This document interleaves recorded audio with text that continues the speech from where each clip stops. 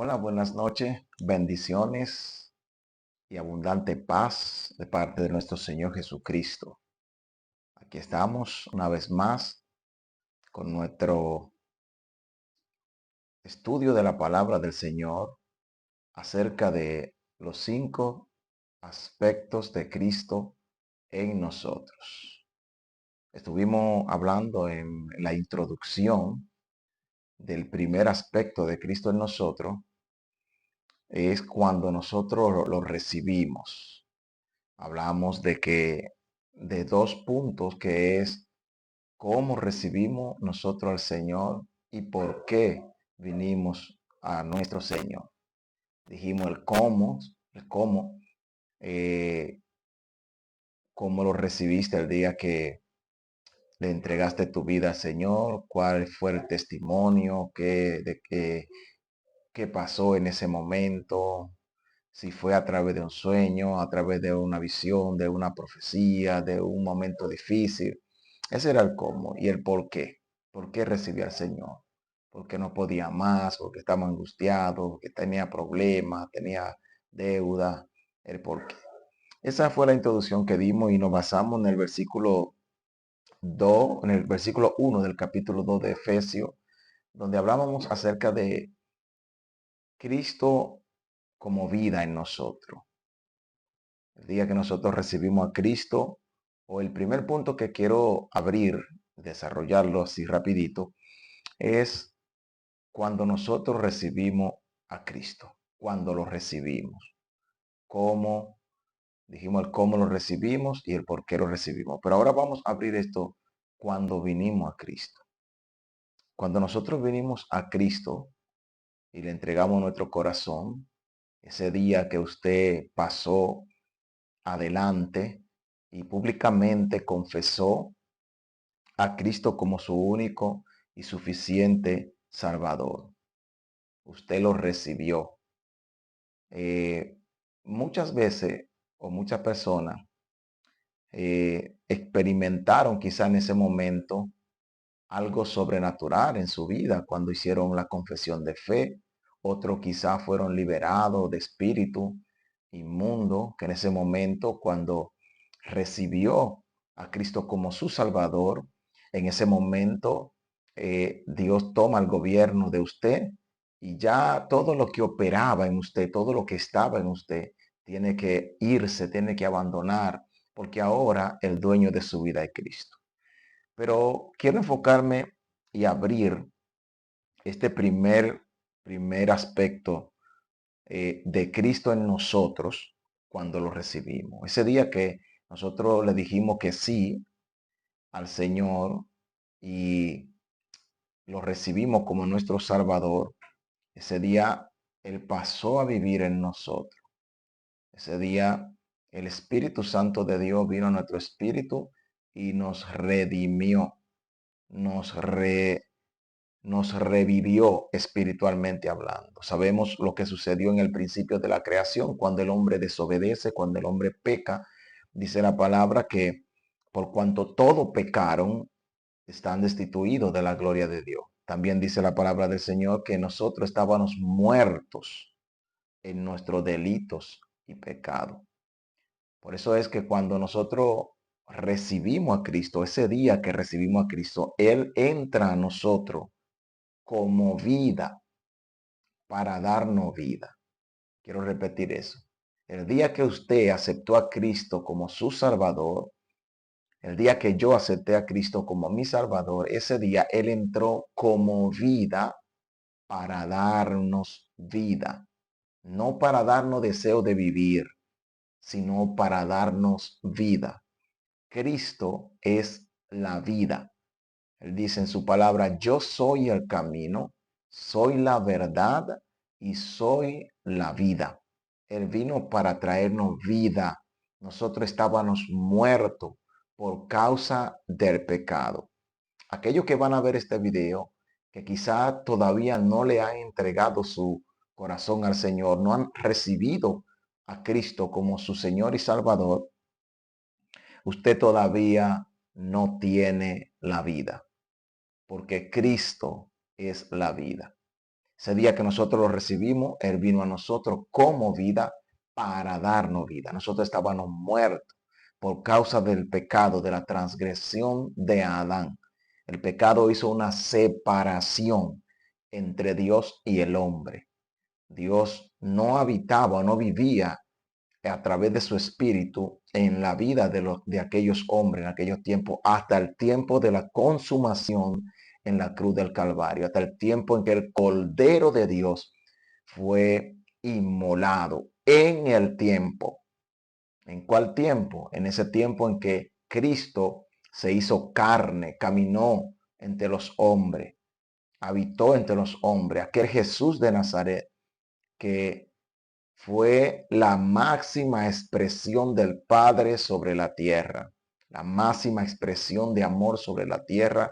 Él vino a rescatar, a restaurar lo que se había perdido, no los que se habían perdido, no, lo que se había perdido. ¿Y qué es lo que se había perdido? El hombre perdió el gobierno, el dominio, la autoridad que se le asignó en el principio. Cuando Dios le dijo a Adán, sojuzga la tierra, multiplícate, gobierna la tierra, y lo colocó en Edén. Edén simboliza o significa un lugar donde el hombre iba a ejercer dominio sobre la creación, dominio sobre lo creado. Pero al hombre desobedecer y fallar al mandato del Señor, el hombre perdió ese gobierno, esa autoridad, ese dominio. Entonces, Cristo vino para restaurar lo que se había perdido, pero ahora no se lo dio a todos los hombres de la tierra, sino que se lo dio a aquellos que le recibieron como su Señor y Salvador. Juan capítulo 1, verso 12 dice, y a todos los que le recibieron, le dio el derecho, la potestad de ser hechos hijos de Dios. Así que ahora nosotros, lo que hemos recibido a Cristo como nuestro Señor y Salvador, ahora nosotros tenemos ese dominio, ese gobierno, esa autoridad que perdió Adán en el principio, y Cristo a través de su sacrificio en la cruz, Él vuelve y restaura toda la cosa y luego se la da o nos la da a nosotros. La iglesia, su cuerpo, nos la entregó en nuestras manos. Así que usted y yo tenemos un gran privilegio de poder ser parte de este gobierno, de este reino, de este dominio. Y dice la palabra que con Cristo estamos sentados en lugares celestiales.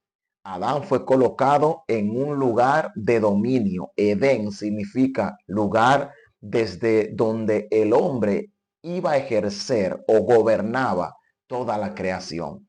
Adán lo pierde cuando peca. Cristo lo restaura en el sacrificio vicario de la cruz y nos lo da a nosotros como iglesia y nos colocó no en Edén, sino ahora juntamente con Él en lugares celestiales. Y desde ahí usted y yo como creyente ejercemos autoridad, ejercemos dominio, ejercemos gobierno sobre principados, sobre potestades, sobre gobernadores, sobre sistemas, sobre el demonio, sobre Satanás, sobre todo lo que hay, lo que está creado, visible e invisible. Nosotros tenemos autoridad porque se nos fue dada por aquel que venció el diablo, el pecado y la muerte. Por eso usted y yo tenemos autoridad, no porque nosotros tenemos autoridad, porque tenemos algún puesto, porque tenemos economía, porque no. Nosotros tenemos autoridad porque esa autoridad nos la dio nuestro Señor, a quien nosotros pertenecemos y a quien nosotros le servimos. Eso sucedió el día que usted y yo recibimos, y este es el primero de los 5 aspectos de Cristo en nosotros. Y es importante que usted y yo reconozcamos lo que hace nuestro Señor en nosotros desde el día que usted y yo lo recibimos, lo que se nos entregó, lo que se nos ha dado para que nosotros tengamos identidad y conocer todos estos recursos y privilegios que nosotros recibimos el día que aceptamos a Cristo como nuestro Señor y Salvador. Ese día Él entró a nosotros como vida para darnos vida. Pero también el día que lo recibimos, Él vino como una semilla. Cristo vino como una semilla en nosotros. ¿Qué hace una semilla? Una semilla trae vida en sí misma. Si usted toma, por ejemplo, un granito de una semilla de habichuela, de maíz o de cualquier árbol comestible y usted lo planta, lo primero que esa semilla hace es que tiene que morir. Esa semilla muere para entonces resurgir. Cristo dice que él, en una ocasión le dijo a sus discípulos, si la semilla cae y no muere, esa semilla no va a llevar fruto, pero si cae y muere, llevaría mucho fruto. El proceso de una semilla es que cae como semilla, pero cuando resurge, esa semilla que usted plantó fue una, pero el árbol de esa semilla va a producir más semilla y más fruto. Cristo en nosotros no puede quedarse como una semilla. Cristo tiene que crecer en nosotros. Cristo tiene que expandirse en nosotros. Nosotros no podemos recibir a Cristo y quedarnos solamente con esa semilla enterrada. No podemos quedarnos solamente con ese Cristo en nosotros. Ese Cristo en nosotros tiene que crecer en nosotros, tiene que desarrollarse en nosotros para que pueda producir vida en abundancia. Por ejemplo, cuando el ángel visita a María, ella le dice, ¿cómo será esto? En Lucas 1:35. ¿Cómo será esto? Porque el ángel le dijo que de ella iba a nacer el que se llamaría el Cristo, el Mesías. Y ella le preguntó, ¿cómo será esto si no he conocido varón? Y él le dijo, la sombra el Espíritu del Señor vendrá sobre ti y la sombra del Altísimo te cubrirá y tú concebirás. En esa concepción de María, ella no se quedó solamente con el embrión. Ese embrión, esa semilla que fue plantada en el vientre de María, tuvo un proceso de crecimiento, de gestación. Ese embrión se formó en el vientre de María, pero fue creciendo, creciendo, creciendo hasta llegar a la etapa de alumbramiento. Ese día que María ya estaba a punto de dar a luz, porque ya le había llegado el momento. Ese embrión que vino al vientre de María por obra y gracia del Espíritu Santo no se quedó como un embrión. Comenzó un proceso de desarrollo en el vientre de María.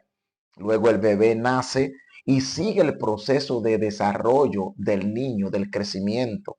Cuando usted lee la palabra, usted ve que a los 12 años él se va al templo, ya iba creciendo, iba desarrollándose.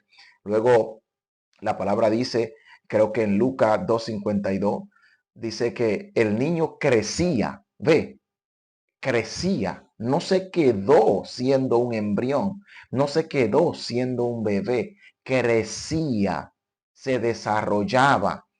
El proceso de Cristo nunca se estancó, fue creciendo hasta el cumplimiento de su asignación por la cual él vino y se encarnó aquí en la tierra. Fue creciendo y expandiendo hasta multiplicarse y alcanzar a toda la humanidad, toda la creación. De esa misma manera que Cristo vino como embrión en el vientre de María, como semilla en el vientre de María, tuvo un proceso de desarrollo hasta llegar a su asignación. De esa misma manera, Cristo está en nosotros. Cuando lo recibimos, ese día que lo recibimos, vino como un embrión, como una semilla a nuestro espíritu. Pero ese embrión, ese Cristo que vino a nosotros, a nuestro espíritu, tiene que tener un crecimiento en nosotros. No podemos quedarnos en un proceso solamente de gestación, de embarazo. Tenemos que crecer conocimiento de ese Cristo que usted y yo le servimos. ¿Sabe por qué? Porque cuando Él comienza a crecer en nosotros, entonces usted y yo comenzamos a menguar. Y eso fue lo que dijo Juan Bautista. Él dijo, es necesario que Él crezca y que yo mengüe. Fíjense en qué orden cronológico lo dijo Juan, que Él crezca y yo mengüe. No podemos cambiar esa palabra. Esa palabra tiene un significado demasiado profundo. Es necesario que Él, primero, Él crezca y yo mengüe. Si nosotros tratamos de menguar primero, nunca lo vamos a conseguir. Porque usted y yo no tenemos la capacidad de perfeccionarnos. Usted y yo no tenemos recursos para nosotros santificarnos. Usted y yo no tenemos la capacidad para nosotros lograr santidad por nuestra propia fuerza. No lo vamos a conseguir, mis amados hermanos. No lo vamos a conseguir. Tenemos que tomar el orden correcto. Él tiene que crecer primero en nosotros. Por eso esto se trata de una vida rendida a Él, entregada a Él, gobernada por Él, para que podamos desarrollar a ese Cristo que como embrión, como semilla, vino a nosotros. Entonces, ¿qué va a suceder? Esa semilla se va a convertir en un árbol. ¿Y quién es el árbol de la vida? Cristo Jesús. Él es el árbol, Él es la vid verdadera. Luego entonces ese árbol, por el Espíritu, va a empezar a dar fruto. Esos frutos que es amor, gozo, paz, benignidad, templanza, paciencia, mansedumbre, se van a empezar a desarrollar en nuestra vida. Y eso es la señal del crecimiento de ese Cristo en nuestra vida. Y mientras Él más crece en nosotros, nosotros entonces estamos rendidos a su dominio y a su voluntad. Así que esto sucede cuando nosotros recibimos a Cristo como nuestro Señor. No podemos solamente recibirlo y quedarnos sentados a ver qué va a pasar. No, ese embrión viene a nuestra vida, en nuestro espíritu, y luego entonces tiene que comenzar un proceso de crecimiento y de avance. No sé cuánto tiempo tienes tú en el Evangelio. No sé si te arrepentiste hoy, ayer, no sé, cuando tú aceptaste a Cristo.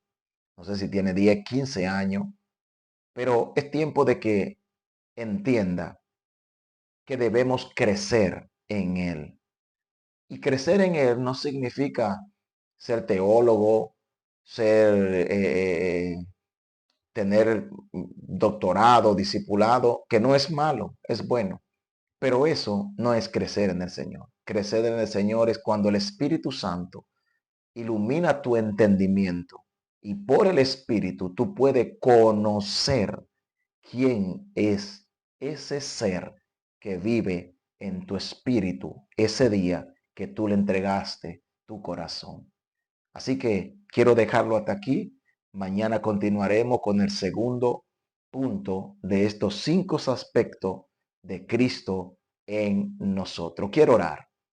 Quiero orar al Señor para que el Espíritu Santo venga alumbrando los ojos de nuestro entendimiento y cada vez más podamos ver con claridad todos los recursos que el Señor nos ha dado, nos ha entregado por gracia y misericordia. Padre, gracia.